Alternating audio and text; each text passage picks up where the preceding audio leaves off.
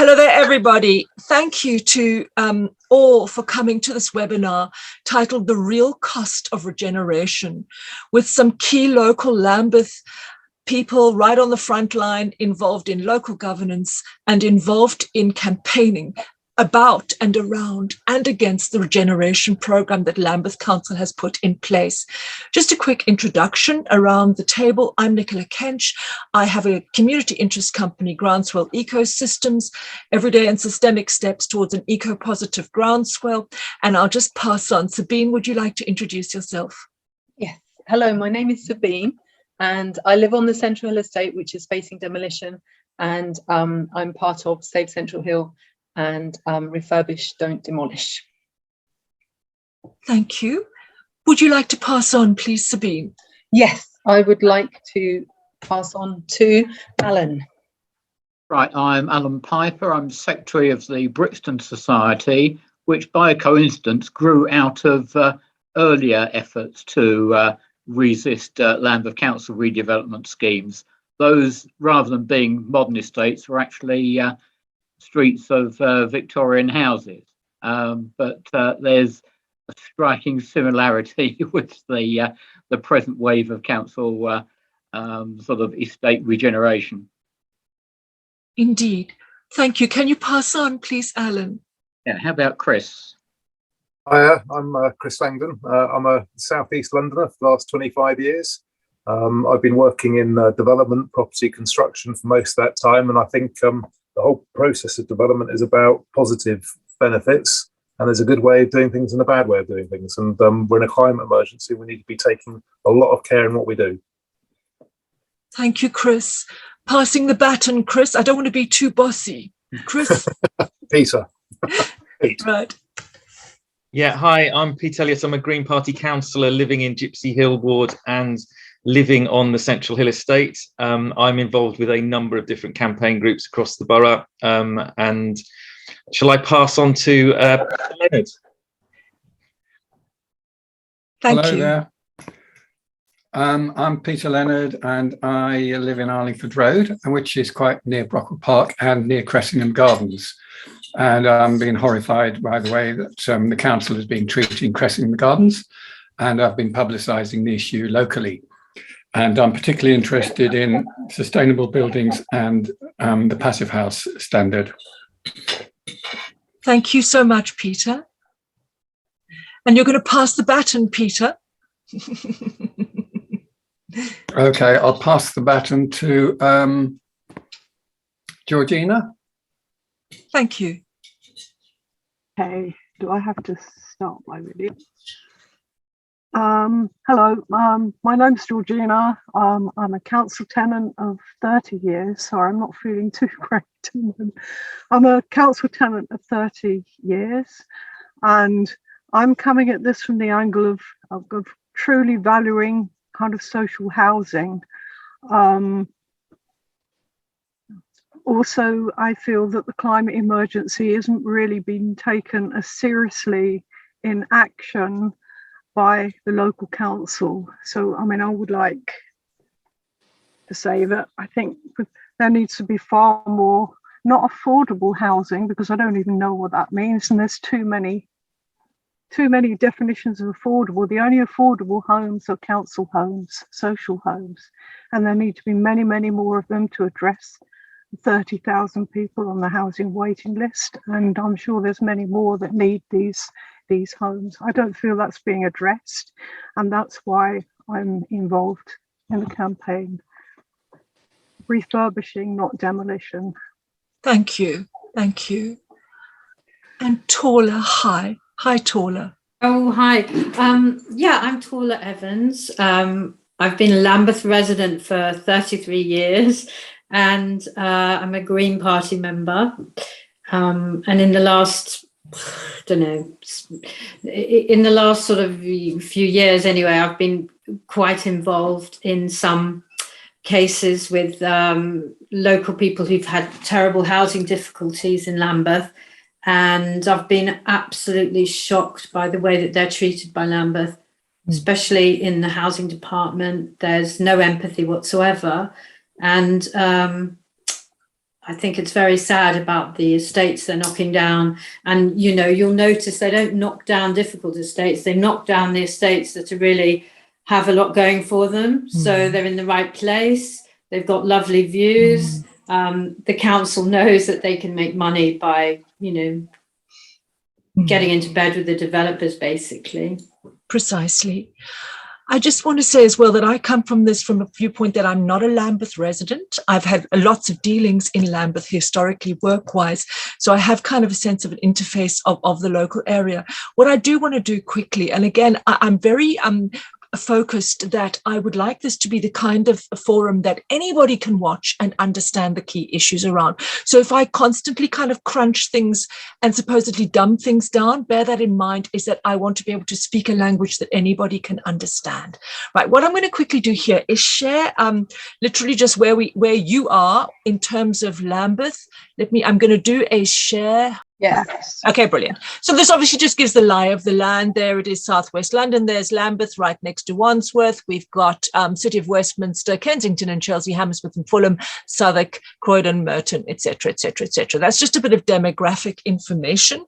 The size of Lambeth Borough is 26k squared.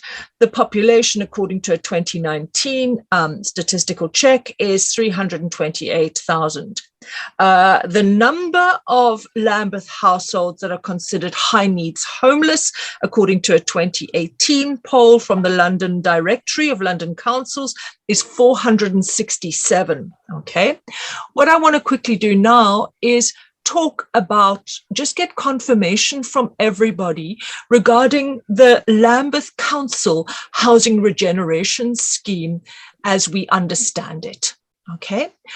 From the information that I have, there are 6 estates that Lambeth Council is regenerating. They are Cressingham Gardens, Central Hill, Knight's Walk, Westbury, South Lambeth Estate, and Fenwick Estate. Is that correct? Excellent.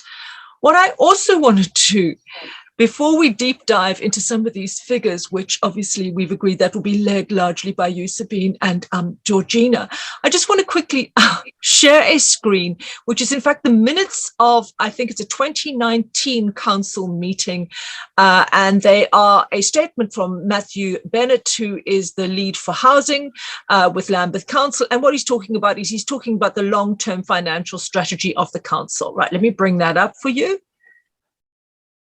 Where is it? Here it is. What I've highlighted here, let me just quickly zoom in. What I've highlighted here, can you see this that I'm zooming in? Can you see that? Yes. Yeah. Yeah. Okay, so what's going on here? Let me just scroll it down. This is minutes. Matthew Bennett, Cabinet Member for Planning, Investment and New Homes.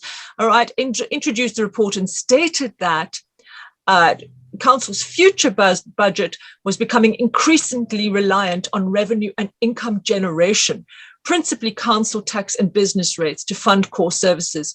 This meant decisions regarding attracting growth and investment would set a baseline for the future. So I just wanted to make that abundantly clear that from Lambeth's point of view, this is recorded in the public domain, and it is recorded as a statement of policy that they are effectively operating in the open market to balance their budgets. Any comments? Just a quick one from past experience that back in the distant past, 40 years ago, councils were able to borrow money and pay it off on a sort of 60-year loan, and the central government decided how much each council could actually borrow for their housing programme. Mm-hmm. And of course, post 1979, that was gradually sort of screwed down, plus the fact that more of that money was actually having to be spent on the upkeep or upgrading of the existing stock. So the world has moved on considerably from the time when estates like Central Hill and Cressingham Gardens were actually built. Indeed, indeed. What we're going to look at right now is what happens is we have this huge regeneration budget, again, as far as I understand it, all right? And what happens with this is, first of all, Lambeth is accepting, supporting and promoting a policy of demolition. We know this from the full council meeting of the 24th of November, when your deputation, Sabine, was brought on behalf of Central Hill Estate regarding fighting against demolition, not only for human cost reasons, but also for environmental embodied energy cost reasons. Likewise, Pete, your Green Party motion actually addressed exactly the same thing, that one of the key principles of sustainability in the built environment is that we must not demolish. There was also recognition in that council meeting of the growing market in the architectural and planning world, which is absolutely focusing on retrofitting as opposed to demolition and new builds. And there was a quote, Pete, that you said, I'm just doing this by way of general structure. There was a quote that you said, there's a prominent green architect who has said that the greenest buildings are the buildings that already exist. So we need to preface our understanding of this by understanding that the type of money that is raised to demolish and rebuild provides a source of different types of tenure that largely, from what I can gather, is pricing people out of their own communities. It is destroying the social fabric, histories, communities, families that have created Lambeth for what it is in the first place. And a huge amount of public money is being invested to create properties that are then being sold by Lambeth on the open market. That's my fundamental summarized understanding. On top of that, they are open to demolition as a policy that was attempted to be changed on the 24th of 11th, and they voted that down in a way. I'd like to hand over to Sabine and to ask you, Sabine, which documents you would like me to bring up so that we can start deep diving into some of those figures. I'm going to throw this to Chris and Pete, because the ones that I have given Nicola are the cost of regeneration, like the little table business plan summary of figures. And the other one is what is being built in terms of tenures. Yes. So you have the costs and you have the tenures. I think that would, which one would go first? Maybe if we look, which would, I don't know. I mean, they're both quite powerful in themselves, but next to each other, they're very good as well. So maybe let's look at the figures first. Okay, fine. Let me open that up. Let me get the figures up. Right. Here it is. Excuse me. Are you all seeing that? Table 5, Development Program Finance Update.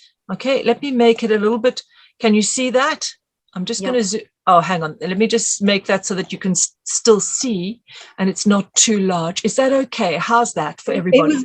It was better before that. Oh, okay, it was better. How's that? Yeah. Is that good? Yeah. No, that's great. Excellent. Okay.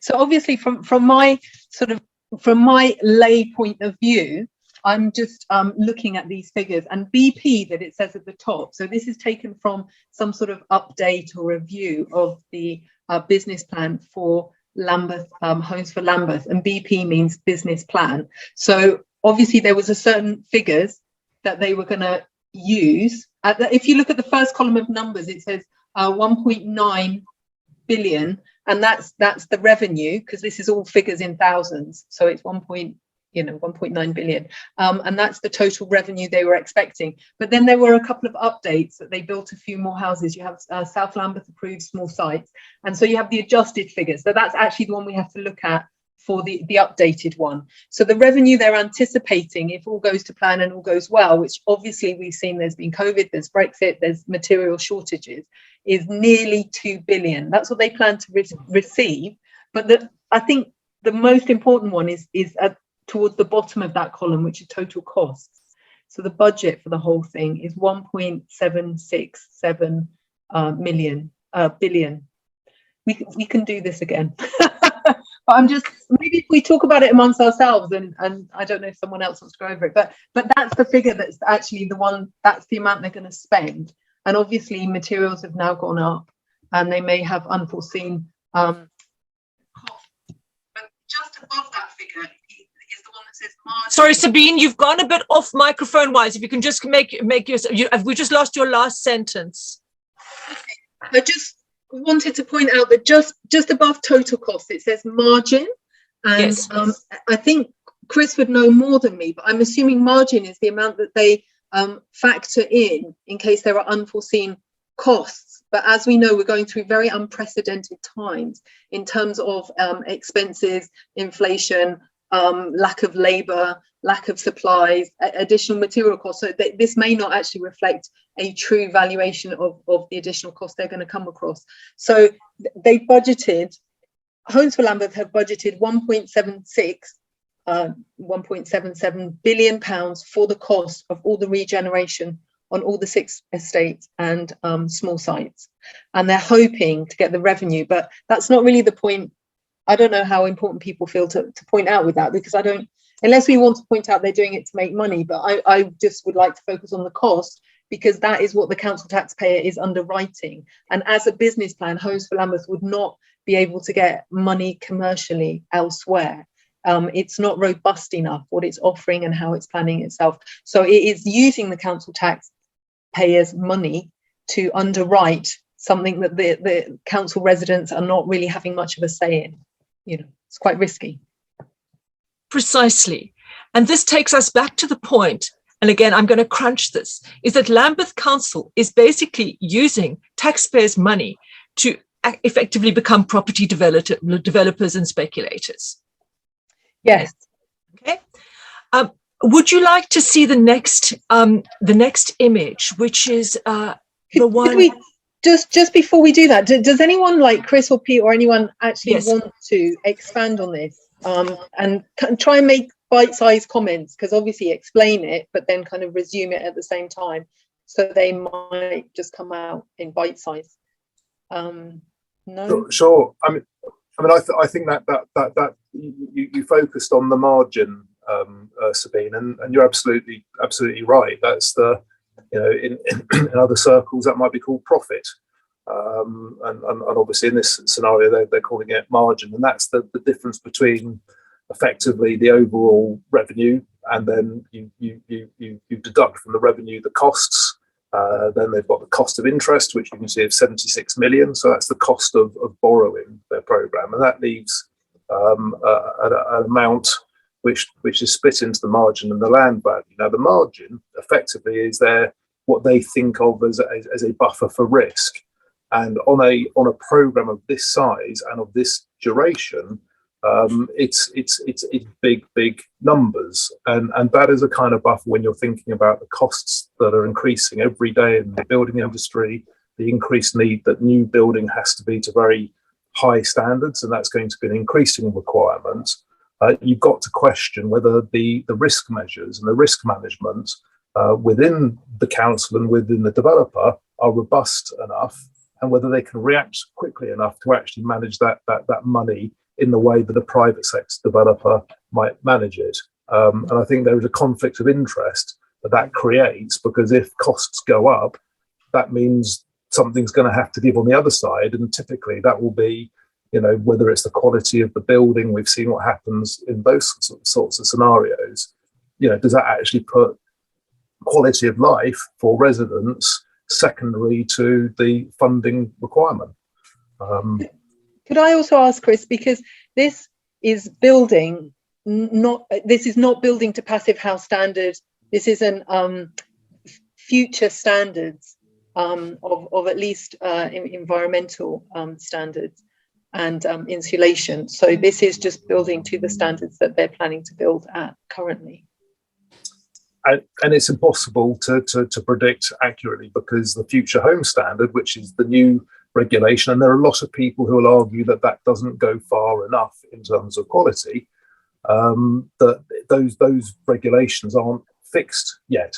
So they're still being consulted on, they're still being finalised. So it's very hard to predict future costs with any degree of certainty. We know there's this thing called the bias of optimism, which is typically projects at this stage could be out by at least 20%. And when you look roughly at that margin is only about 10% of sort of the total costs. So you've got to question whether a 10% risk margin for a programme of this size without public consent is appropriate. Okay, thank you. As well, there, I think one of the other things around this is that it's the lack of transparency. So whilst we've got rolled up the headline figures here, we can't see what assumptions these numbers have been based on. So, and this program of work is over 20 years. So if you imagine, house prices are going to be fluctuating. So the sales price, the revenue that they get in is going to be changing. But there's no way, we don't know exactly what assumptions they've made about house prices. So we can't scrutinise properly. We can't, as the members of the public and even councillors, we can't say, well, we're satisfied that there is enough margin, or not margin, but contingency and flexibility, and the sensitivity analysis that they've done factors in enough variables. And we've seen the variables from build costs and labour, and because of Brexit, because of COVID, because of the extended timeframes. Nothing that Homes for Lambeth has delivered yet has been delivered on time. It's not delivered a lot, but what they have delivered has been delayed. So any delay in a project is going to cost you money or quality. And here we are seeing money going down the drain every year, every month that things aren't delivered. Could I also point out on this frame, so thank you, Peter, can I point out the table below? So this is actually how many houses they plan to build from that fund, the 1.77 billion. And sort of generally, so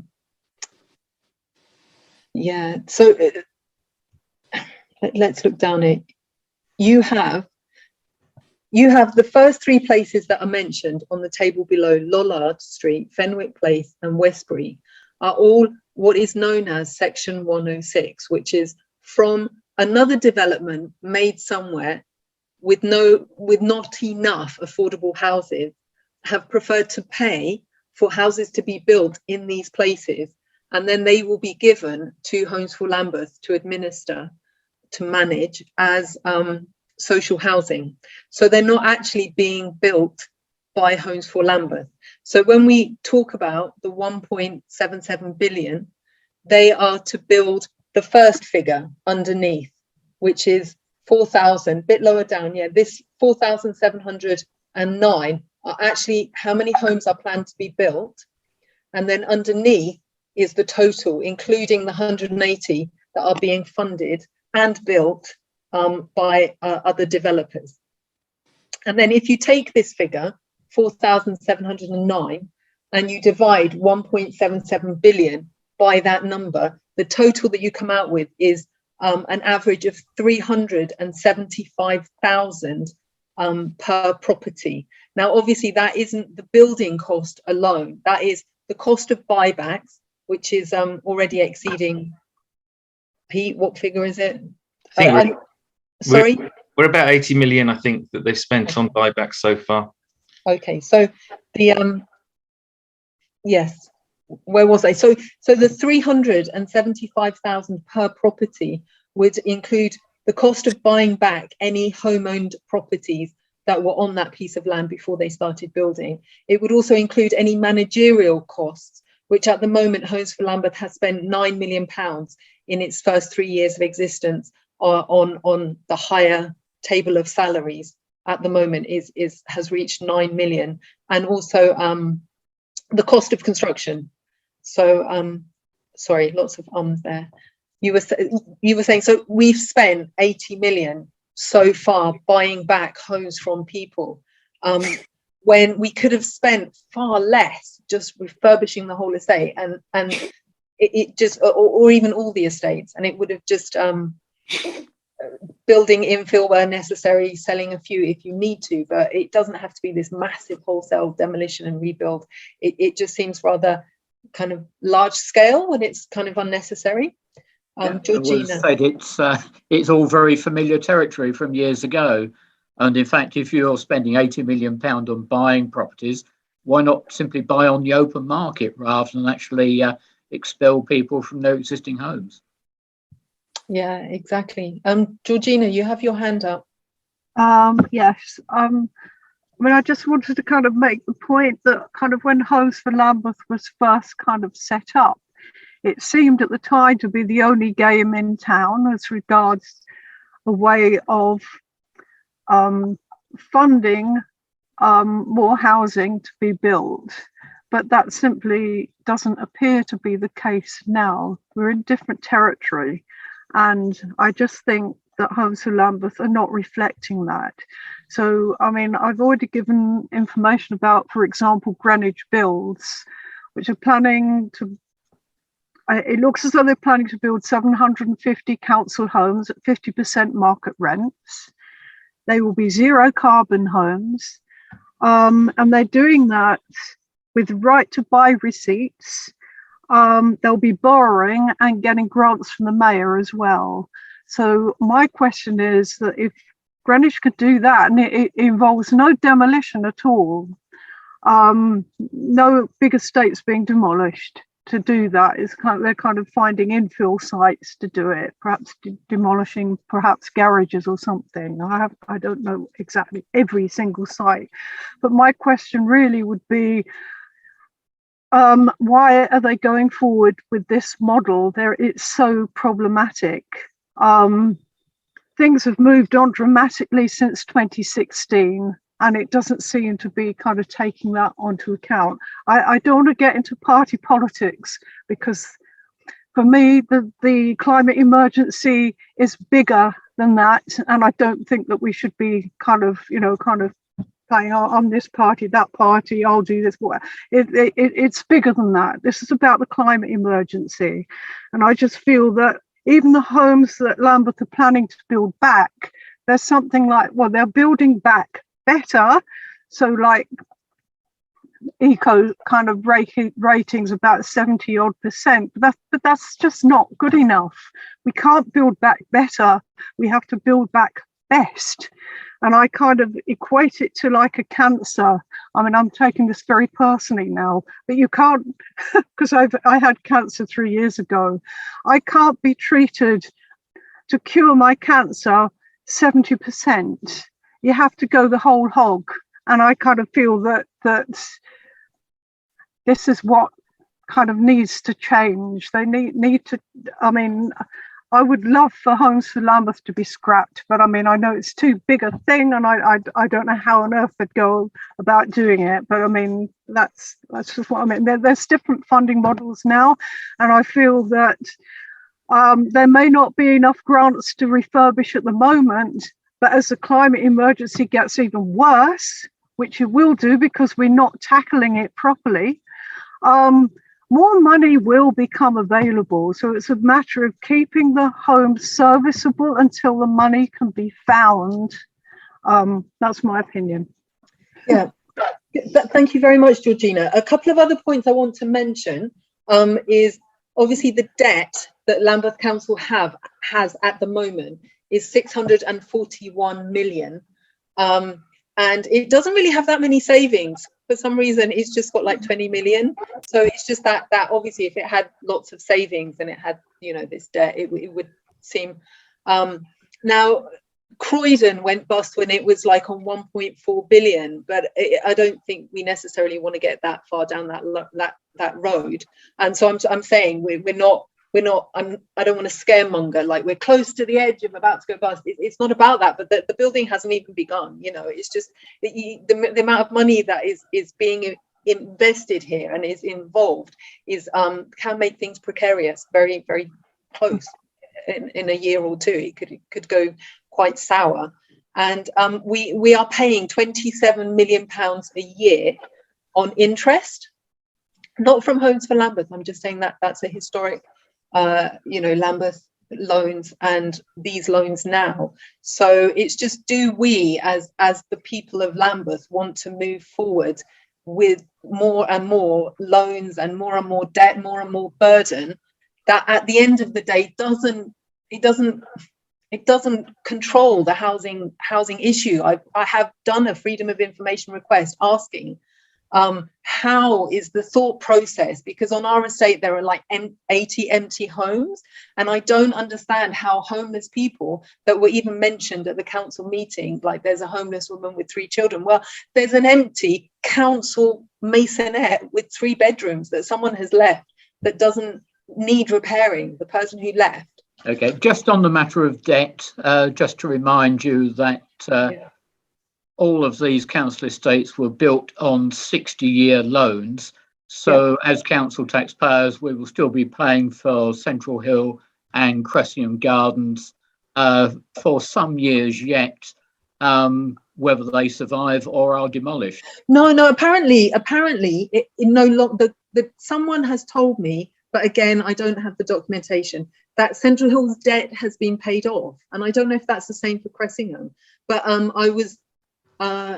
someone mentioned that it's now covered itself. And it does generate, I think when it's fully inhabited, it generated £2 million a year, which wasn't, it's not been spent, that much money hasn't been spent. So slowly but surely it sort of does generate a little bit if it's well managed, but it doesn't do that now because lots of places are empty.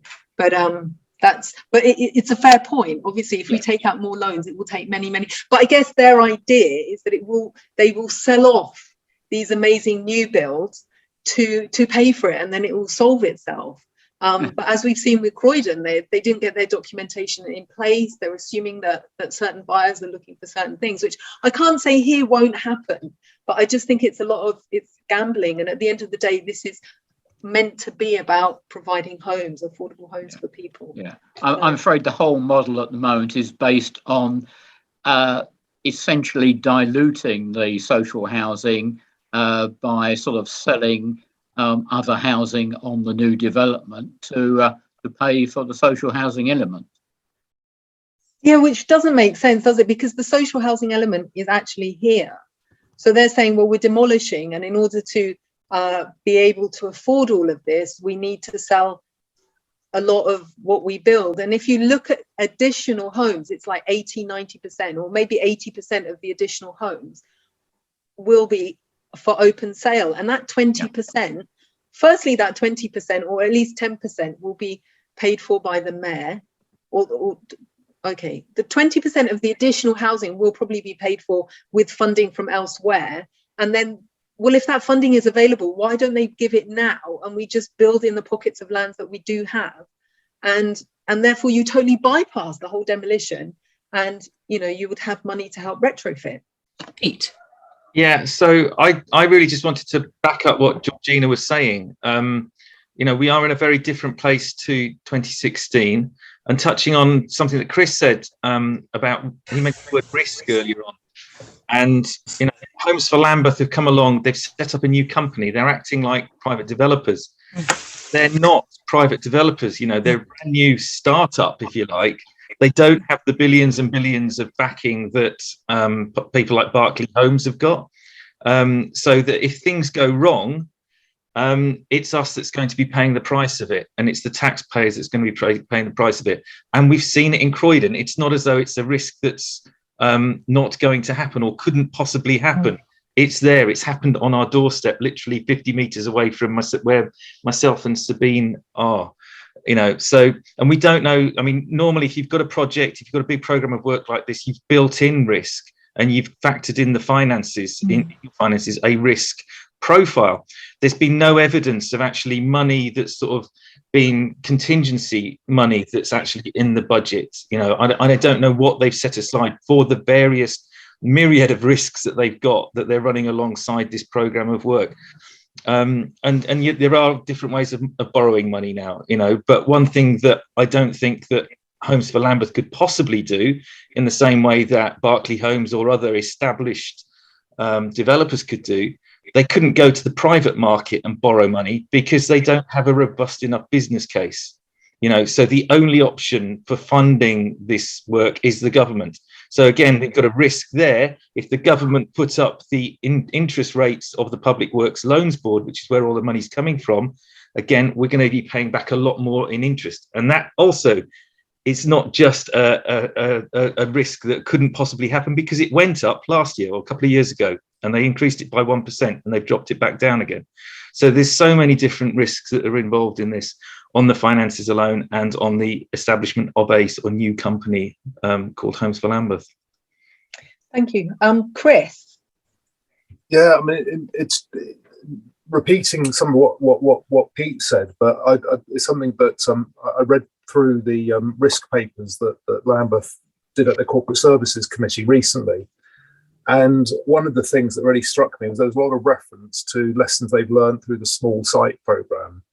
And the point that I wanted to make is that the large projects are very, very, very different from small sites, from a technical perspective, from a delivery perspective, and most importantly, obviously, from the community and the established perspective. And the particular risks around the planning process and what's called environmental impact assessment, where you have to really understand the impact of development on the socioeconomics, on the jobs, on the air quality, on every aspect, is actually a very long and complicated process to do well and to do properly. And we've seen some of it in the development of, I think, Trustwell House around the biodiversity statements. And then where you have to scale that up across the whole size of the development, and that is complicated work. So the thing that I think I would be asking is, yep, okay, so you're delivering a program on small sites, you're now trying to deliver a program on really big sites. There is a huge gap and a huge difference between the two. And if that program delays, interest costs go up, future costs go up, and all the other problems start coming into play. So that risk management, I'll come back to that, and having the right tools in the toolbox to achieve that goal, it is a big question. Thank you. Any further comment? So effectively, Yes. my apologies. Yes, hello, Peter. Sorry. Yes, I would just like to say that I looked at the Cressingham Gardens and revised energy statement for the Ropers Walk development, and the standard of energy conservation is fairly low, bearing in mind that it's government policy that from 2025 new houses should be zero carbon ready, which means basically the structure should be essentially not needing renovation later. And these houses are going to be standing, one would assume, still in 2050. And they're only building to something like 35% better than Part L 2013. And the energy statement shows that they're going to have things like thermal bridges that are low standard. Glazing is not very good standard. So to upgrade the structure later is the most expensive part of renovation. You can stick on solar panels relatively cheaply. It doesn't require major costs. But the houses that they don't palm off on somebody else by selling them to investors or whatever they're going to do, or local people or whoever, and if it is local people, they're buying a pig in a poke, then the Homes for Lambeth are putting themselves in for future upgrade liabilities of quite considerable sums. That's what I just want to say. I'm just putting my hand up here non-digitally. Can I summarize that this is an extraordinarily costly process that is not transparent, that is not environmentally sound, and basically runs the risk of actually not being able to afford itself into the future, and that bill would actually be paid by Lambeth residents? Am I correct in understanding that? Okay. Welcome to Lambeth. Thank you. Can I also say, and we'll go on to the environmental aspects more fully later on, is that a phased retrofit right now with a phased budget that could be appropriately and safely afforded over a 10-year-long period, making retrofits that would in fact be 2025 net zero ready would be the safe and community-friendly, let alone planet-friendly, budget-friendly way to go. Sorry, I see, was it Sabine? So I'm just summarizing, I'm crunching and summarizing, correct me if I'm wrong. Thank you. Sabine. No, you're totally correct. I'll pass to Georgina, who was first, and then I just wanted to support what you were saying. Okay. Georgina. Yeah, I mean, I'd just like to just put a little bit in here. What is particularly frustrating by all this, the houses not being zero carbon, is that, I mean, that there had been a something passed for zero carbon home standard that should have been started in 2015, and the Tories just kind of ripped it up. So it's like we could have already been starting to do this, and now we're kind of going backwards again. It's just very frustrating. That's what I wanted to say. But could I just add to that? Yes. We can't, there's so many councils now, not the majority, but there are a good number of councils that, despite the government's pathetic history with energy policy, are building new build to that passive house standard, like Exeter, Norwich, Ealing, Camden, Wolverhampton has got 3 passive house schools. So Lambeth could do it if they wanted to. Exeter will be building thousands of houses to the passive house standard. So there's no excuse. You can't just hide behind government policy now. Thank you, Sabine. Yes, thank you. I was going to support what you were saying, because we have around 80 empty properties, and some of those are council properties and some other homeowners that have moved out. Some need repair, some actually don't need repair. They've moved for other personal reasons. And if they were retrofitted now, a family could move in within a couple of months. I mean, a family could move in now anyway, if it's to house the homeless, if that's your real purpose. There's a place now for them to move into. And if you want it retrofitted, then obviously, like you say, it would be a lot less disruptive, and the homes would be ready, you know, by June next year. You could have at least a few ready by then, or at the end of the year, which is not what Homes for Lambeth is offering.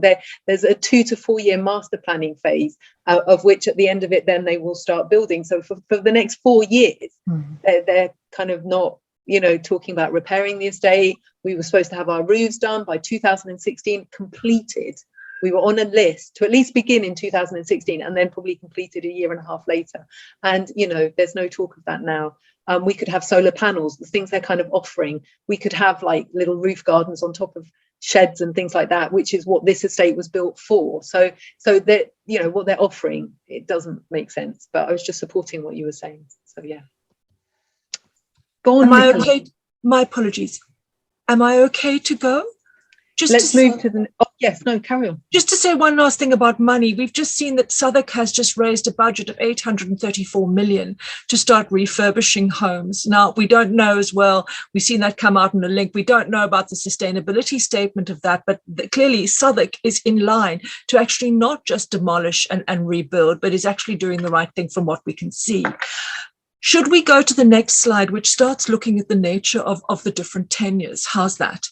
Yes. Can I just pick up on something you just said, Nicola? Yes. So I don't think Southwark are going heavy on the retrofitting on it, and I think it's more the comparison here is more similar to what Lambeth have done with the Lambeth Housing Fund money that they've had over the last 8 years. So Lambeth has spent around £600 million doing up council houses, but they've not had that focus on the environmental impact.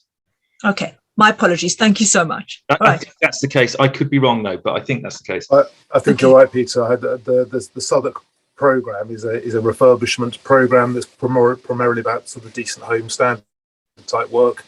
It's not focusing on low carbon or zero carbon energy measures, unfortunately, and it misses that co-benefit. Yeah, and Southwark aren't a good example to shine on, really, unfortunately. My apologies. Thank you. I'm going to change the share to looking at the type of tenure. Right, let me just have a look here. Thank you. No worries at all. Right, here we go. It's number of number of homes and tenure of homes forecast. Can you see that? Yeah.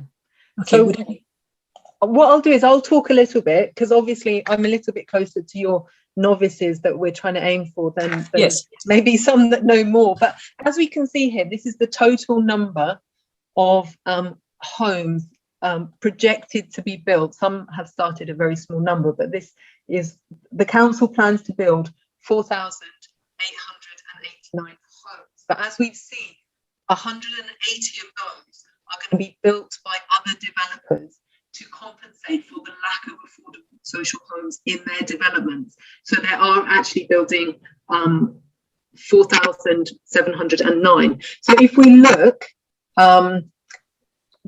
two further to the right, where it says 2,067, Yes, a total of affordable. I think let's just start from the left. So if we start at the left, the total number of council level rent is 1,268.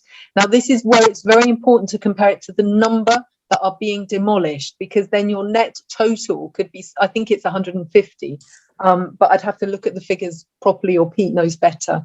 So the council level rent, and council level rent is more expensive than council rent, which I think we all know about, and they pay service charge, and you know, the fuel, because it's heat pumps, is going to be more expensive. But it's very important, because when the motion was presented to the council, the councillor Pickard stood up and said it's too much to expect that we ask council tenants to pay extra. And I was kind of gobsmacked, because every council tenant that moves into a new council level rent home has a weakened tenure. They lose their right to succession. They lose, you know, they're not as secure in their tenure, and yet they'd be paying more, and they're private tenants in a long-term tenancy. So that's that, and very important to compare to actually what exists. Next week, you have London affordable rent, which my understanding was, when I last looked into it, my understanding, the London affordable rent is £1,050 for a 2-bedroom flat. I think it was a kind of fixed amount, and the idea is that people can then save what they would normally spend in open rent. They can start saving for a deposit. And then you have the London living rent. I'm getting it a bit mixed up. One of them is 80% of market value, which again is still quite a high amount. And if you look at the figures, they're only looking at 160 of those anyway. But one of those is going to be 80% market value, which we all know is a lot of money. And I think council rent at the moment is, if anyone could help me, is it like 40% of market rent at the moment? Proper council rent is far less than the open market. So these two, the affordable and the living, are still more expensive than social rent, but they would be for private tenants who can maybe, you know, wouldn't qualify for social housing. And I think that's really important to bear in mind, that there are people that don't qualify for social housing, and they won't ever, and therefore it's important that they do have reasonably priced homes to rent or to buy, but that isn't necessarily provided here. Then you get the shared ownership, which is full of pitfalls. So they lump all of that together and they come up with a total of 2,000, but from that 2,000 you need to deduct both the social and the homeowners that are then being demolished, because you know, the actual total number of houses is more than just the council housing. And then you have next to it, you have the market value rent. Now, there is no market value on these public land. Maybe I shouldn't word it like that. What you find on council estates, even the ones that are to buy, is the cheaper end of the housing. You know, it's the cheaper housing in Crystal Palace is found on this estate, not the most expensive. Now, this is open market sale, and it will be more expensive, often £200,000 more for the same thing. They would give me maybe 400,000 for my property, and to buy a 3-bedroom would be at least 600,000 or 700. I'm not sure exactly. So it's a big jump, a kind of thing that if I got a mortgage out, it would really burden me. Now, they offer it free. They say you don't have to pay the additional amount, you don't have to pay rent on the additional amount, but your children will need to at least take up that if you want to pass it on to them. So it's okay while you have that that ownership, but the minute that you move out, or pass, the minute you're not having that ownership, and your children take over, then they have to pay that big difference. And there's always service charge, which, as we know, is a way that money gets taken away from homeowners. So if you look at that, this 2,822 is 100% new. That's 100% additional. And if you look at the council level rent, you need to subtract what's been knocked, what has been deducted, what has been knocked down. So you look at one figure, which is far less than the other figure, and that the 1,268, take away what's been demolished, leaves like 150. So for 150 new council level homes, plus 200 a few more not as expensive to rent, plus the 600 shared ownership, which this 600 shared ownership, if you think about the homeowners on our estate, we have 150 what used to be homeownered properties, leasehold properties. And so again, if you factor the shared ownership and compare it to what property already exists on this estate, which is cheap to buy, and nothing is really dirt cheap, but cheaper than the rest, that's 600 more than swallows, you know, it would be totally cancelled out by it. And so what is the main thing that's increasing here is just the open market sale. And this is where I get my 80% of the additional new build is going to be open market sale. And the other 20% you could just build in pockets of land that could be found around all the estates and the small sites. So I've finished. Shall I just pick up on a couple of things there? Yes. So across the 6 estates, there are around 1,400 homes. So at the point at which the council are ready to demolish, they will all own all of those homes because they are buying them back at the moment. So, and at the point at which those homes were built, 100% of them will have been council homes because the right to buy only came in the 1980s. So we're basically seeing a net loss of council homes of over 100. But they do keep throwing in this this figure of Section 106 builds, which we have to just ignore because they are homes that should have been built and they're council rent homes that should have been built when places like St George's Wharf was built and when the Shell Centre was redeveloped and when the Sainsbury's on Wandsworth Road was being redeveloped.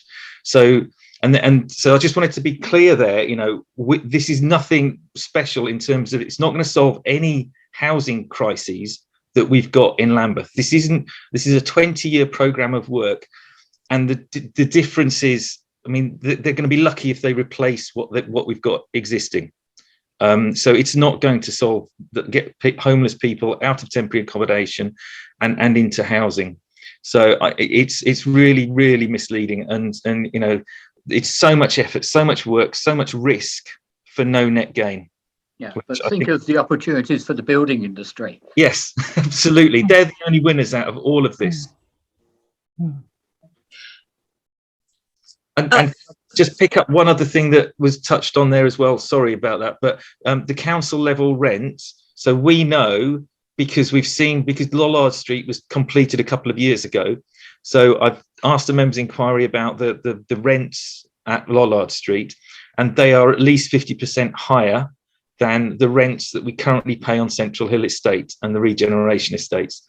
And the council have had to factor in a 5-year stepping sort of payment system where residents will be able to increase over 5 years this increase in rent.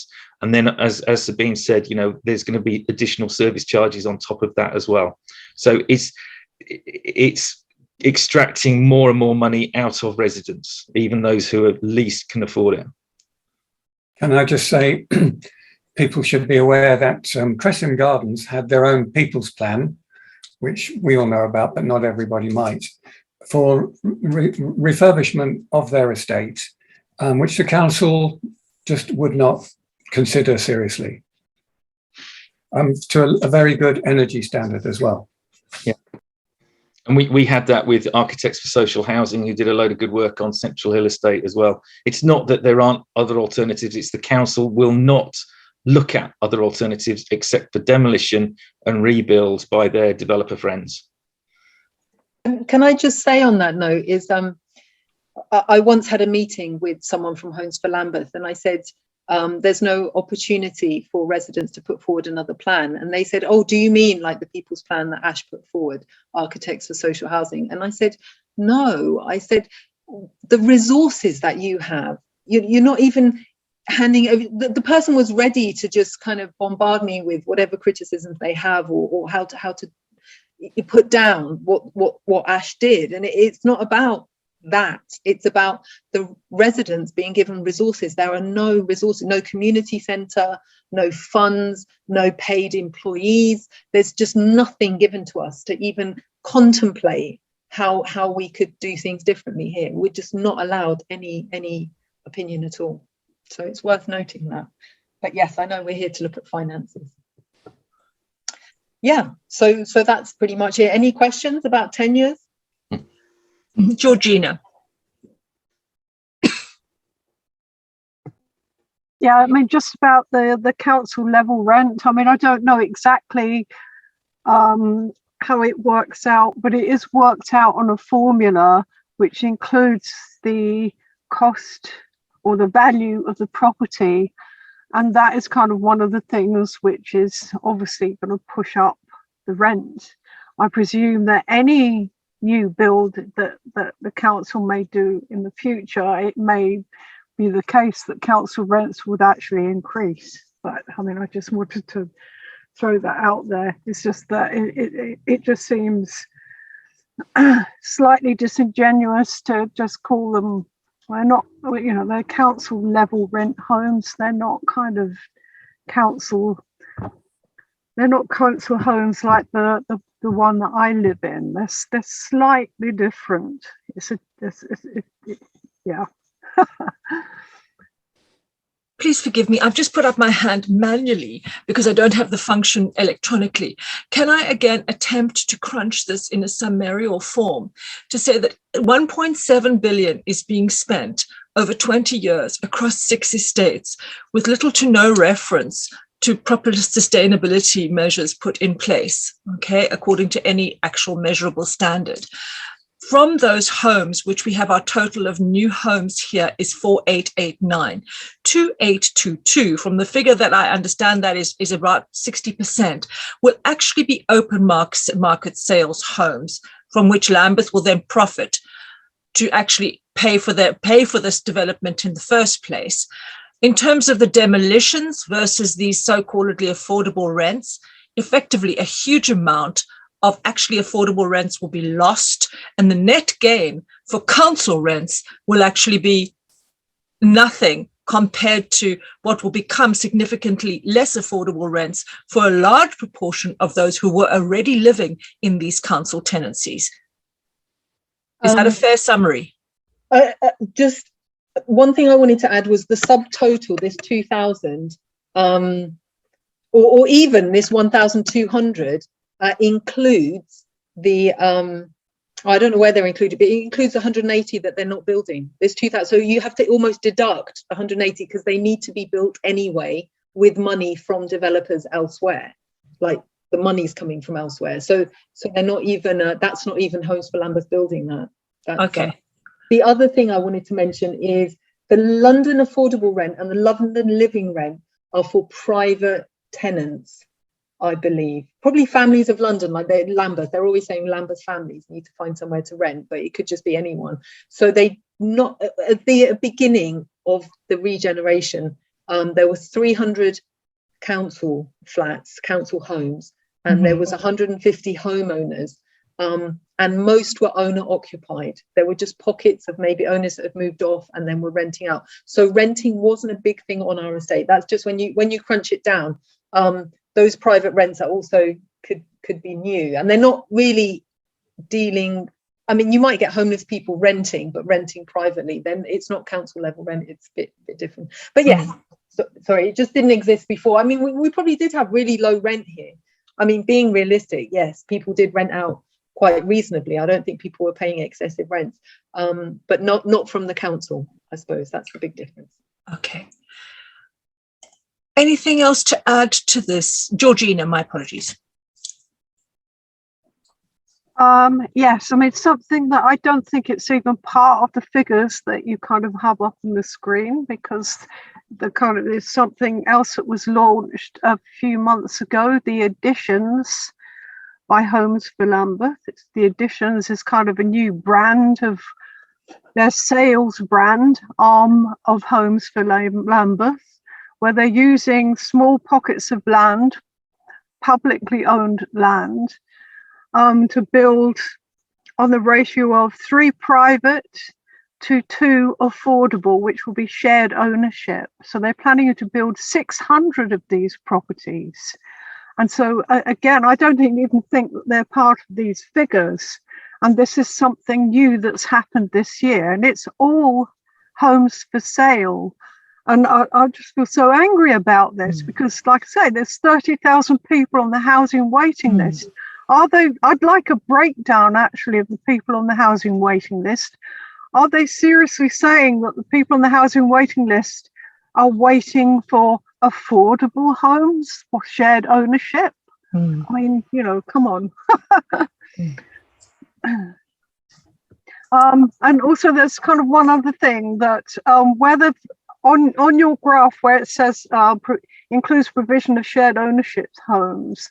So people who have bought homes on estates that will be regenerated will be allowed to have a new home on the regenerated estate. But again, because the value of the home is that on the regenerated estate would be greater than the one which they currently own, it's likely that they would have to remortgage.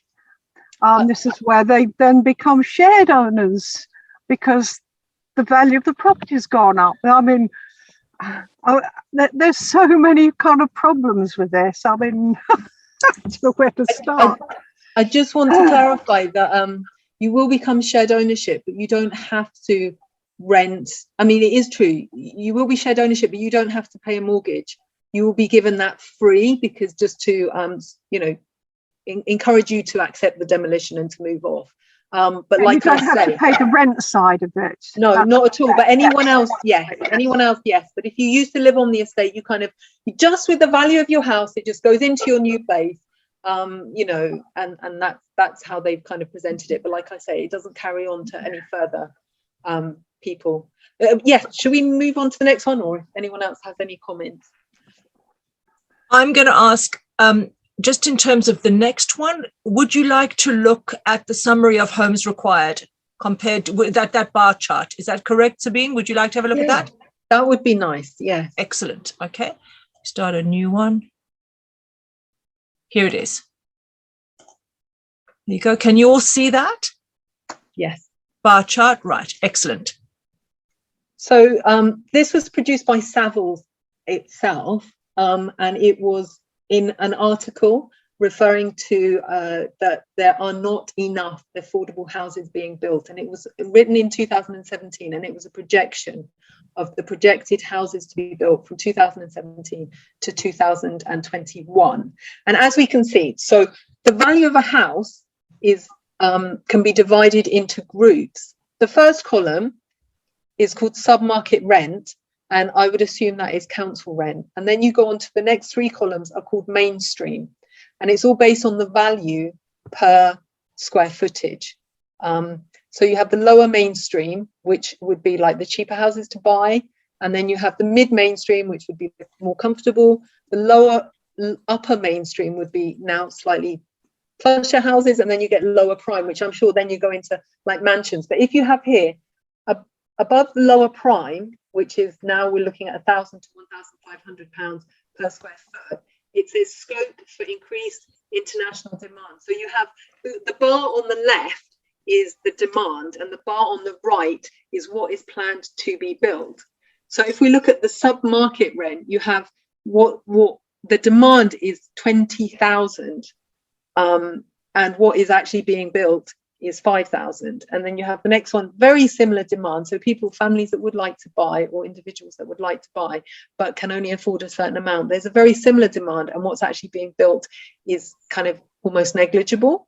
And then next to it is pretty similar. Supply and demand are very similar. But then towards the end, you get obviously there's far, far more supply than demand. And I mean, if that's happening year on year, then therefore there's going to be a surplus. And as we know, like some properties in Vauxhall that has been redeveloped, many of them are left empty.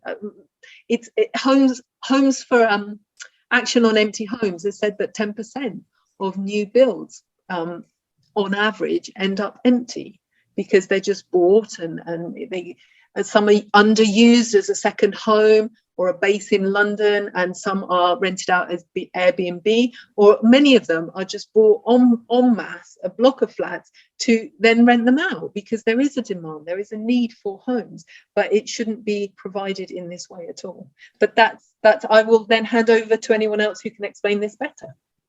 Give me, Sabine, I just want to jump in. Sorry, I don't have the digital hands up facility. It just says, well, here as well, number 1 for this last set of bars says scope for increased international demand. Yes. Okay. Sorry, which speaks for itself in terms of basic.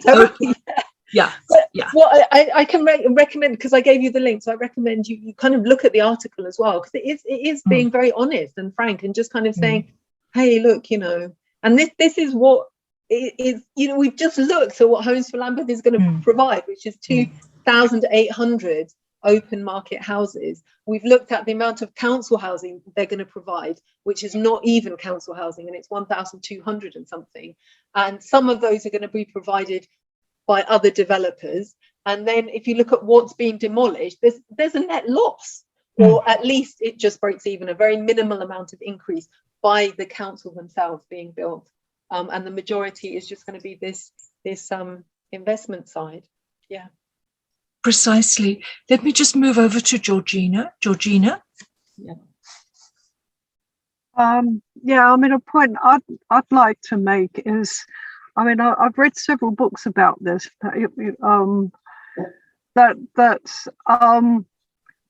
obviously the more private development there is that's going on what used to be like council estates, and the fewer council level rent homes, whatever you want to call them, it starts to affect the property values in the area. The more private, then the higher the value of the properties in the surrounding area. It has the effect of pushing prices up. And so, you know, on the one hand, I've heard people say that, you know, Homes for Lambeth is helping to solve the housing crisis, but in actual fact, it's just stoking it.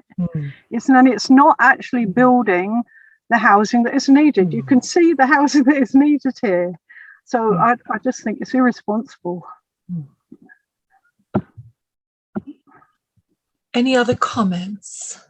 I think Georgina makes an absolutely critical point, that you know, in many ways we talked about risk earlier and increased costs.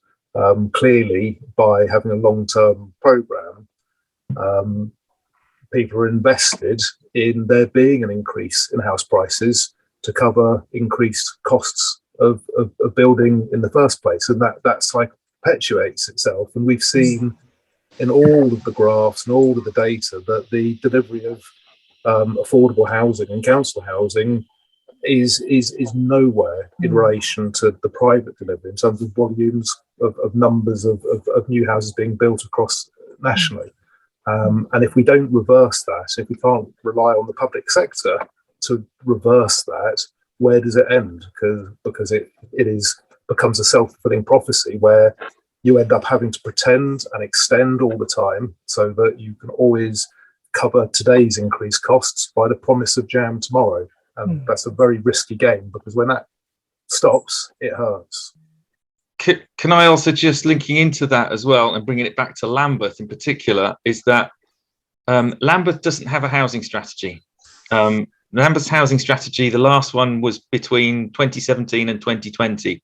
We've been asking for a housing strategy for the last 2 years now, and we still don't have it. Even when the old one did not link up demand with what, it didn't leverage this is our housing need onto Homes for Lambeth. So there was that not that linkage that was saying, right, we have 30,000 people on our housing waiting list, or we have 3,000 families in temporary accommodation. We need 3,000 homes.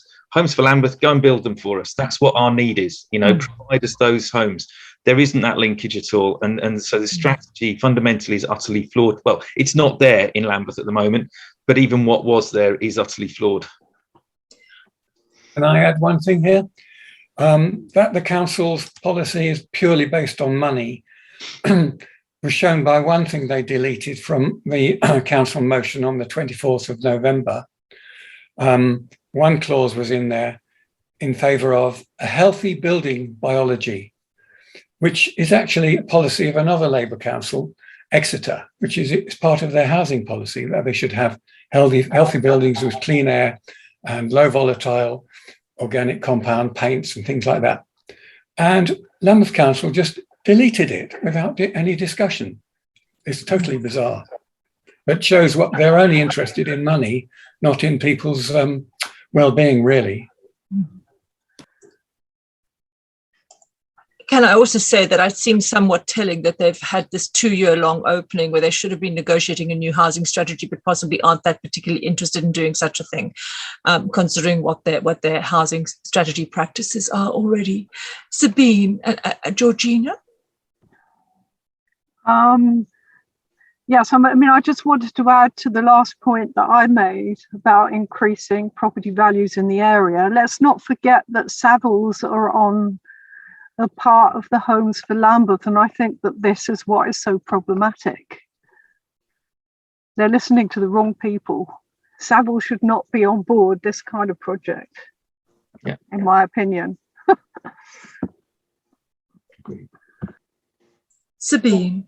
Thank you. The point I wanted to make is that this expands out to other areas outside London. Like, for example, I'm a homeowner, and on this estate there were other homeowners that weren't necessarily looking to move out, and they get given a sum of money and they know this, all this is going on, so they just take the money, and many move, can't afford to buy anything in the local area. Many can, but sometimes it's not possible, and they decide to buy something further out. And so you just pass on this endemic thing which is happening in cities, but noticeably in London, but I'm sure it's happening in other cities too. But all it is in villages and towns that might have a very organic housing market. Suddenly somebody will come along and it's been sold to somebody from London, and you become the Londoner that's buying up all the housing because suddenly you have this pot of money.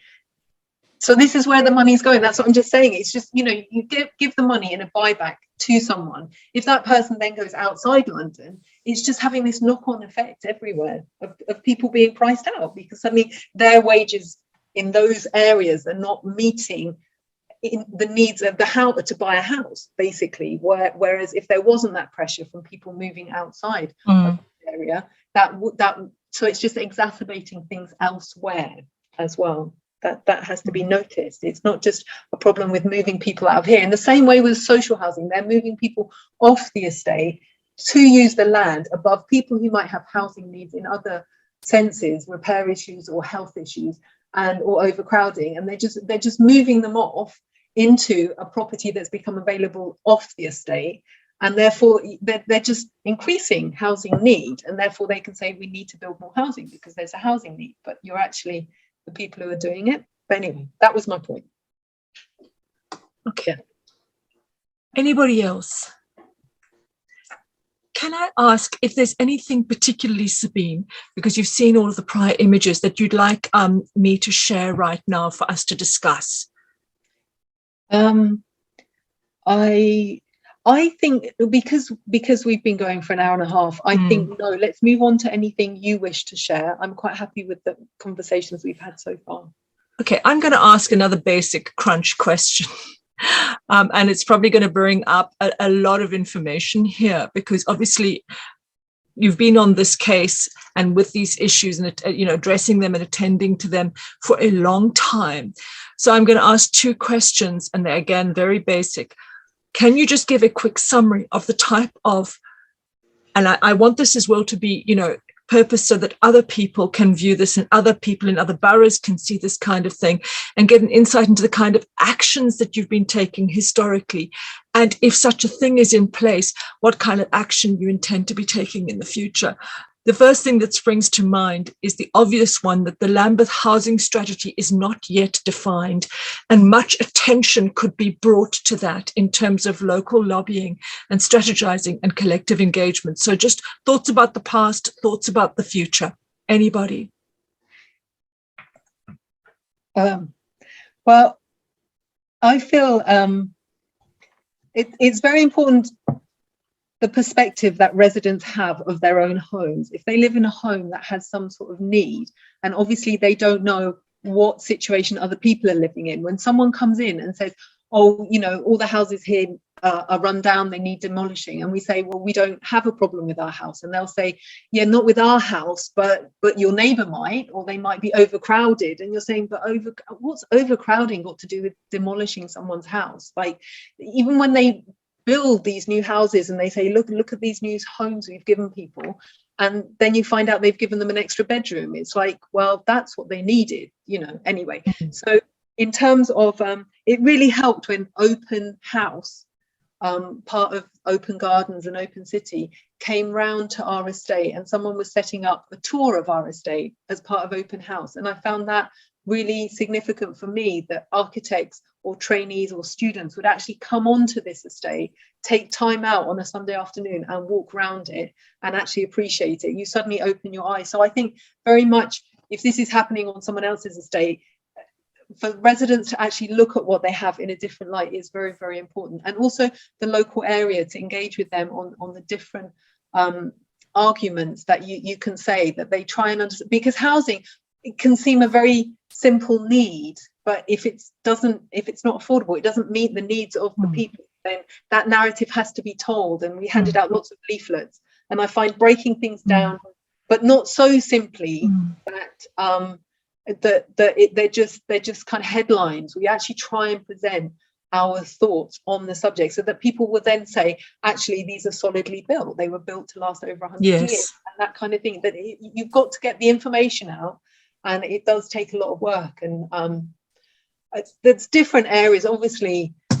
trying to influence how maybe people vote. I think it's really important that they know that how they vote. A lot of people might say, I always vote for this party, and you have to kind of say, yes, but that they've moved on, they've now become something that you didn't originally vote for back in the day. So for people to try and be aware as well, definitely to look at who their councillors and who their MPs are, and also the GLA and the mayor. The mayoral money has come into Lambeth to help these kind of building schemes. So definitely to question them. What other areas I think is direct action as well. Like, we have stood with banners, we have tried to challenge what they're doing, and if at the end of the day you have to treat it, then treat it. You know, I just think it's everyone's earth, it's everyone's future, everyone needs housing. It's not for some people to decide what other people are going to have to live with for the next maybe 50 years. You know, I think that has to be a community decision, and for the benefit of the community. So I think those kind of things, and I don't know the solution actually. I know your question was what are the campaigns, but it's just to keep going and to try and give a broad argument, but also a deep one as well, you know, not just touch the surface. And I'll hand over to others now.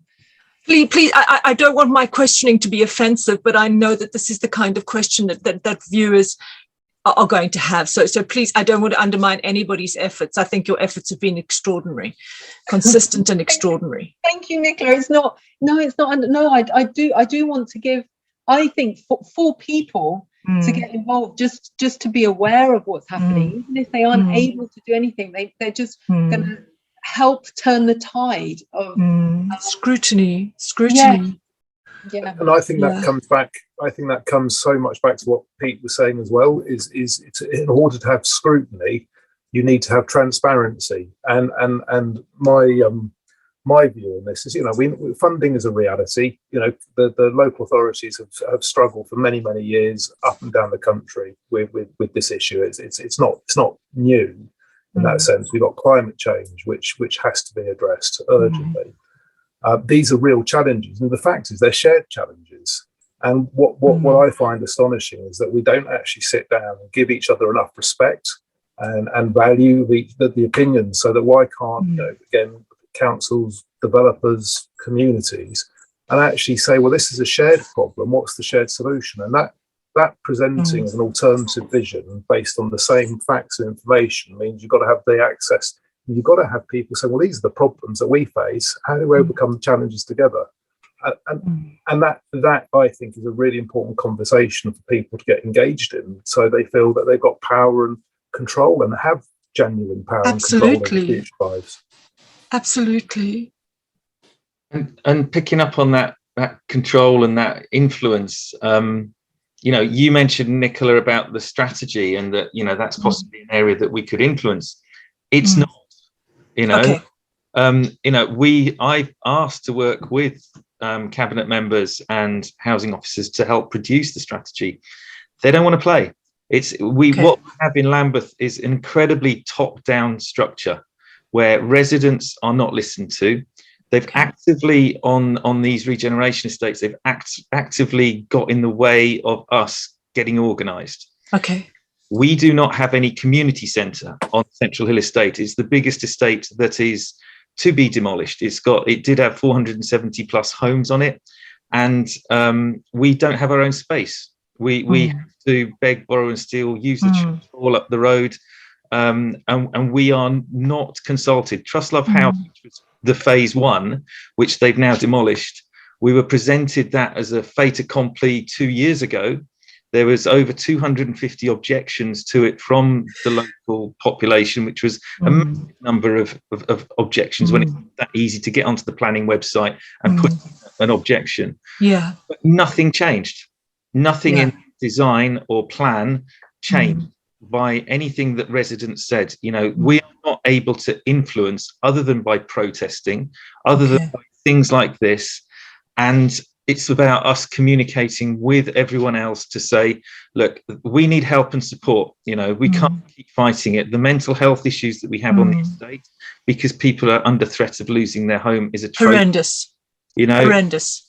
And what we need more than anything else is support and understanding from the wider population of Lambeth further afield, because it is really tough for everyone on this estate. Everyone who's got the threat of losing their homes are under stress, and people like Sabine and others on the estate are absolutely amazing, because despite everything, they're taking the fight to the council as well. We never wanted to become experts in housing problems, but we've had to become. And whereas Lambeth Council and Homes for Lambeth are able to spend millions of pounds on their schemes, we have no support whatsoever. We have to rely on friends, family and others to support us and do our own homework, and it is really tough.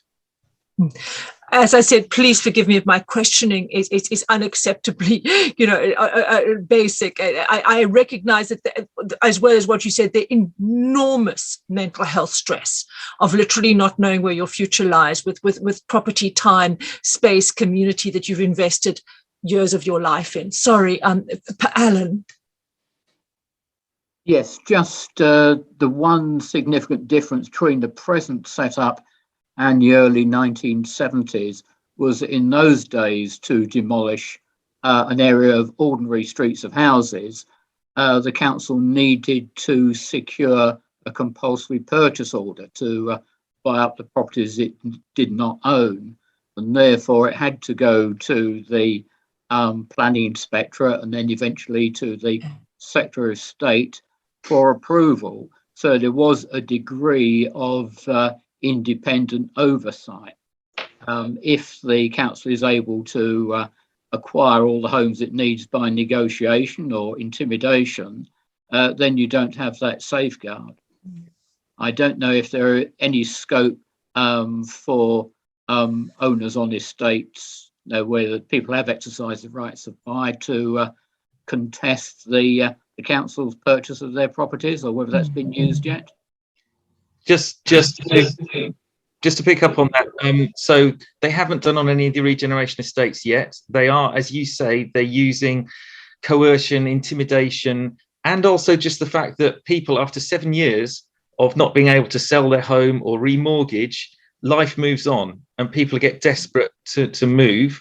And so they're just relying on people coming to the council, because we can only sell homes. I say we, not me, but we can only sell homes if you're living on the estate to the council. You can't really sell on the open market now because the estate's blighted.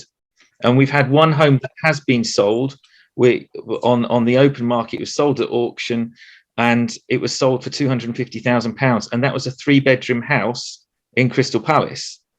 Which, the other buybacks, some of them are sort of 500, on the estate that the council are doing, kind of £500,000. So if you're desperate and you need to sell, you're screwed, utterly screwed, and they're relying on that. Yeah, very much like the bad old days of the 1970s. Yeah. And what they will do, so what they have done on South Lambeth Estate and Westbury Estate, they have started the proceedings to do the compulsory purchase orders, because it is quite a long process. But because it's dragging on and on, I mean, on Knight's Walk, there was only one leaseholder. And so they've managed to move on with that without having to do any compulsory purchase order hearings and getting the inspector involved. But you're absolutely right. You know, I would love to have my moment with the inspector, you know, and just say, look, this is what's going on here. This is not for community good. You know, net benefits are just not there, not for the community. Georgina. Yeah, I agree with kind of what's just been said. I mean, on top of that, this is all going on during a pandemic. That's what makes it even worse. I mean, it would be bad enough already, but I mean, it's even worse because it's taking place during a pandemic. And I mean, goodness knows how much longer it's going to take for us to kind of get out of it. I mean, you know, the way the government's handling it and whatnot. So I mean, that's just compounding the problem. But I think something which I'm quite kind of oddly kind of positive about, in one sense, I'm trying to get a positive out of this, is that there's kind of there's lots of other groupings which are now starting to kind of come together. And I mean, there's, you know, like the Radical Housing Network, Acorn the Union. I mean, I kind of joined Acorn the Union kind of just after the general election. And, you know, housing is kind of way up there on things which they're kind of trying to address. So it's about kind of joining all the dots of all the people who've got various problems, linking it together with the climate emergency, and trying to, and I mean, talking to yourselves even, linking everything together and really tackling it head on. Sorry, I'm putting up my non-digital hand. I'm thinking of something like, okay, I'm just thinking out of the box, and I'm thinking like a basic person, which is what I do. And I'm going to suggest something, and you can tell me I'm off-piste, all right? Something like a consortium or a collective of expert voices coming together to raise an objection that could very much be in the public eye is an idea, okay, whereby a full critique of these heinous financial plans, which are literally about selling people out of their lives and using taxpayers' money for what is essentially speculation, okay, and essentially development work. This is actually turning public money into private development. And the figures are hideous. Once you crunch them, they really are terrifying. Peter, I fully accept, Pete, that you've not been able to have a successful dialogue with the council. I think of an example like LETI, the London Energy Transformation Initiative. What they've done there is they've brought together an enormous amount of people structurally. They've also aligned with REBA. They've aligned with the AECB, the Association of Environmentally Conscious Builders. They've aligned with Passive House, I think even with Energy Sprong. And they actually have got a collective statement together that has got some degree of weight. My thinking is that Lambeth is a very extreme example of absolute, absolute intransigence with negotiation, intransigence with power, intransigence with an absolutely money-led strategy, evidenced at the start of this meeting by Matthew Bennett stating that on the record in 2019, that there was no ways they were going to fund it without engaging in the open market, okay? The whole issue wouldn't even be there if they weren't even borrowing the money to demolish in the first place, okay, with what is clearly a parlous long-standing budget as Sabine talked about as well, this issue of ongoing debt over the years. I mean, Lambeth is an extreme example. There are far better examples of where things are being done right.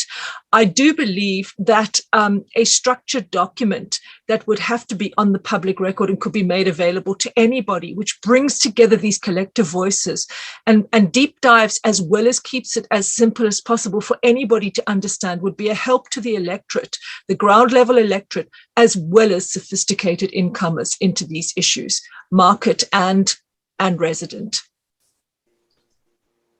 I think that's a great idea. I really do. And, you know, we're trying to link things up, and you've mentioned a number of organisations that we've looked at. You know, this housing group's been a great support over recent months for us locally, but there are other groups as well. And it's also looking to other boroughs for best practice. Absolutely. Using what they've already done and won awards for. You know? Precisely. The big frustration I have here, or many big frustrations, but is that Lambeth could be the cutting edge here. We were the first borough to declare a climate emergency on the back of our Green Party motion, you know, in London. And we should be cutting edge. We've got so much knowledge and skills and sort of will, if you like, to push these things forward. It could be a massive opportunity for the borough to retrofit as opposed to demolish, you know, and if we could be leading on this. But it's just so frustrating that we haven't got that vision and that sort of that goal as a target at the moment. So it's frustrating. Sorry, Sabine. Yes. One thing I wanted to add, which will sort of be out of context here, but we haven't touched on, is the role of the housing revenue account that has been used, and other council funds that has been used to prop up or has been absorbed into regeneration, because, for example, there's a decanting officer, there's a livability officer, well, those kind of payments are coming out of either the general fund or the housing revenue account. And also, for example, £37,000 got spent on communal heating in the last financial year. And we know that there is no communal heating except in the house that's just been demolished. So if that's one thing that was picked up on, what else is not being picked up on? And that £37,000 could easily have refurbished a property or just repaired a number of properties. So it's just also the direction that it's absorbing all the resources. I mean, Pete has mentioned before that freedom of information requests might be answered by the council, or you might have council members doing things on behalf of Homes for Lambeth. So I just wanted to kind of flag that up as well, if that could be incorporated a little bit in the presentation. Sorry, anybody else? I don't mind from effectively an outsider's point of view, because I'm not an industry professional and I'm not a Lambeth resident, but I am somebody who's done a lot of organization historically, and I like organizing. I don't mind drafting a structure for a kind of a collective response and feedback document. Now, the way that I always do these things in terms of multiple projects is I literally create the core structure, and then I open and the key questions, then we can collaborate on the key questions, and then I open that up to multiple contributors to put in the data as they see fit. Now, what I would ask there is that essentially, imagine you having a first paragraph which crunches the issue so that any member of the electorate can understand it, okay? And then what you do is you deep dive relatively, and then of course you reference your sources, you extrapolate, you do all of the things that you need to do, but you go for something which is ground level, completely inclusive, okay? And what you're really doing is you're looking at what the problem is and what you consider the solution to be. And the solution is quite simple. The solution is spending that 1.7 billion on sustainably retrofitting the housing stock of Lambeth, okay? Also looking at I'm sure Georgina mentioned it, this issue in Greenwich where they went for the available land that was actually not being used, and look into that as well, okay? Again, it might be idealism, but I think it comes to this point of there's been so much labor, right? and either one, and so much terrible community hurt and desperation. And it is a case of all of these separate strands. Hopefully there would be a way to come together and to find a voice which is simply impossible to ignore. Okay? Now, I might be dreaming, but I don't mind going away and setting up a structure of a document that can then feed in. And so that multiple voices can say, yes, we support that. Yes, we support that. I would not author the deep content of the document, right? But certainly I can create the structure for it. Does that make sense? Yes. Yeah, I think that sounds brilliant. I mean, I've tried in the past to put letters together to chief execs and things like that, spelling out the different aspects. Yeah. But it's a big ask to do. So that would be amazing if we could start off with that framework. Yeah. Okay, so do I get a yes from people here? Okay. Again, it is not going to be perfect. I am not an industry professional or expert, but I'm going to crunch stuff, hopefully, so that the person on the street can understand it. Okay. Electorate power is very, very important. All right. And the electorate is busy being done in quite badly right now. I'm going to go away and do that just in terms of timing. I just want to make that clear. I'll get that. I've got various kind of deadlines going on right now.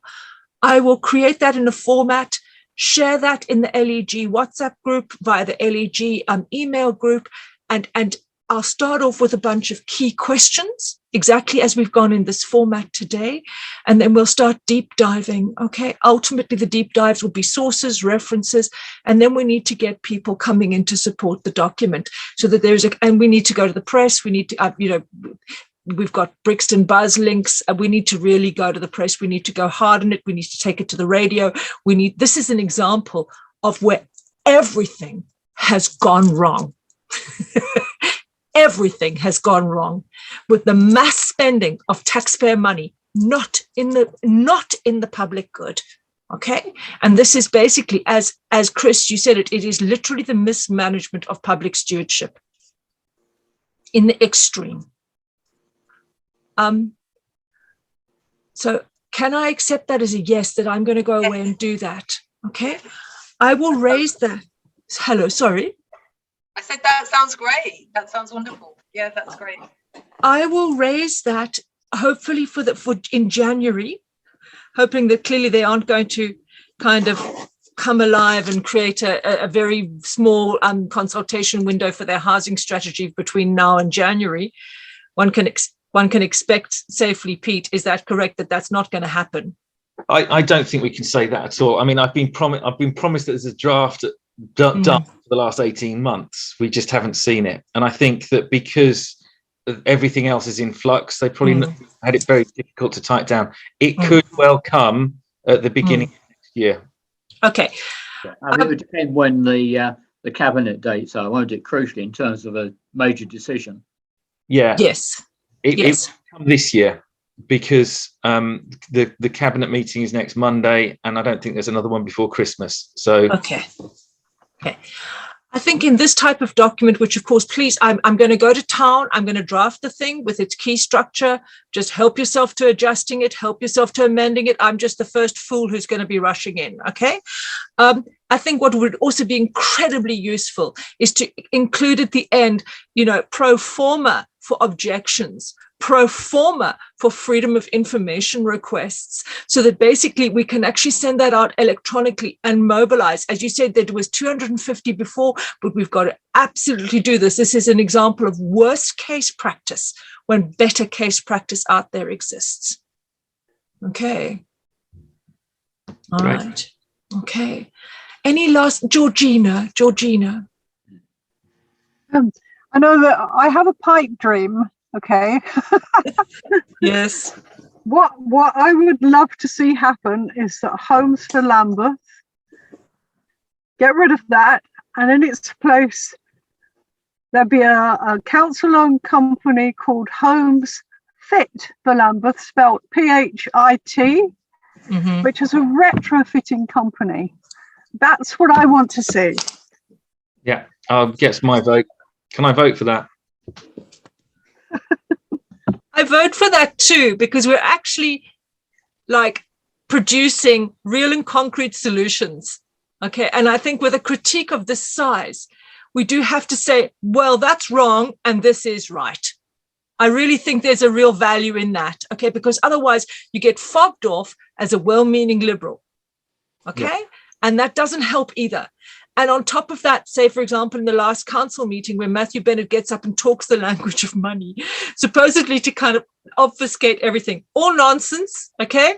The financially literate professionals who can absolutely understand all of the details, all of the stuff around this budget, none of that needs to be happening, and we need to prove that. Okay? There's this kind of poor you, you lovely liberals, you don't quite understand money. There's that going on as well. I think we're so... Are we done? Can I go now? I was just on that. I think we're showing more realism than they are with their program plan. You know, that it's just not going to deliver, you know, a 20-year program with so little fat in the system when we've already seen how inefficient they are at delivering. It's just not going to work. Thank you. Any last comments? Alan needs to go. Any last comments? All right, I've got to go. Cheers, Alan. Good to see you. Bye. Good to see you, Alan. Thank you so much. I just want to say an absolutely giant thank you to everybody who contributed in such depth. From my point of view, it gives me a huge amount to go away with and to start structuring something and drafting something on the kind of the collective Letty type of model. Any last comments, Pete? Yeah, I just want to say a huge thank you to you, Nicola, for pulling this together and for the help that you've been, you know, supporting us and motivating us as well. You know, it's just what we need. So thank you so much. You're absolutely welcome. I come with the preface that I'm a fool in action, okay? So I always come with that. Thank you so much. And thank you to everybody. There's enormous amounts of hard work, you know, clearly historically and ongoing. You're welcome. Thanks, Nicola. Thanks. And in terms of getting information as well, use me if we've got questions, you know, members inquiries, yes. I can do.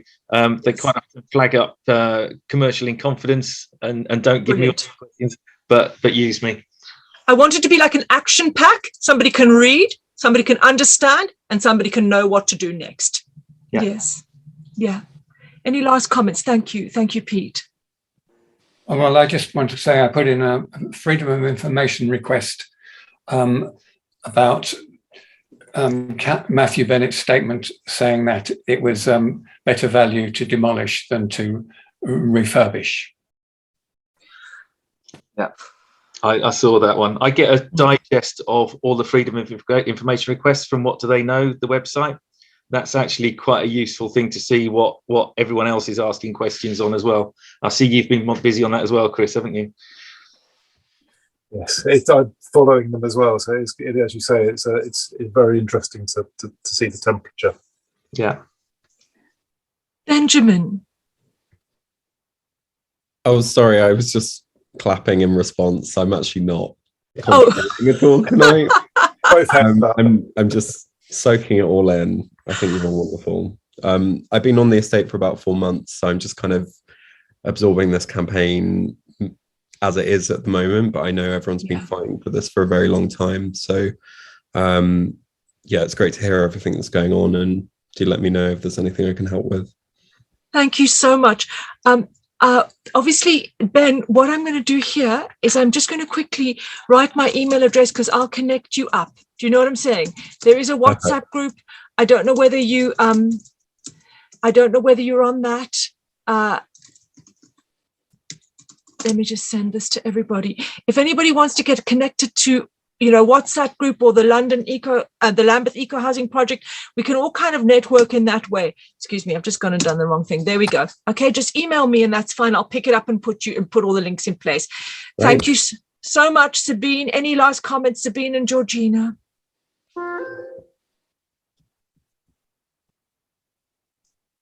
Georgina, should we stick with your dream? Yes, sorry, there you are. My apologies. I'm done. Thank you. Thank you for pulling this together. You're welcome. It was so frustrating when we didn't have the chance to actually deep dive on this stuff in the council meeting. And actually, it does need to be spelt out. And some of the stuff that Sabine was sharing was just mind-boggling. Okay. And I think it needs to be on public record. Okay. In terms of the evidence for the stuff, I will collect those all together. I'll put them in the description box, and I'm going to do a press statement, a very much so summarized press statement, which anybody can feed up with the link to this video across the board. Okay, so it'll come out on my personal channel. I'll send it to you, Pete, and I'll send it to you, Sabine, and anybody else who wants the video, please go ahead and share. Okay. Thank you. It'd be really useful for people that are on the estate and that are on the fringes of the campaign just to understand what's going on. So yeah, definitely.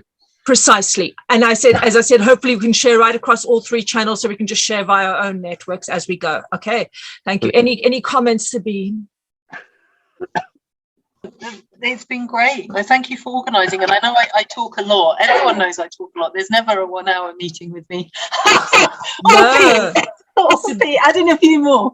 But yeah, no, good to get all of this out. No, so good. Sabine, please don't apologize. Your expertise is enormous. All right. And thank you so much. So basically, I'm going to go away and watch this again and learn an enormous amount from all that you've put in. Please don't apologize for your knowledge. Okay. As it happens, I'm actually also working on the Letty retrofit guide number 2 work stream at the moment. So hopefully I'll be able to kind of gain some stuff regarding their working processes and how they manage their outcomes as well, and get some advice from those people as well. All right.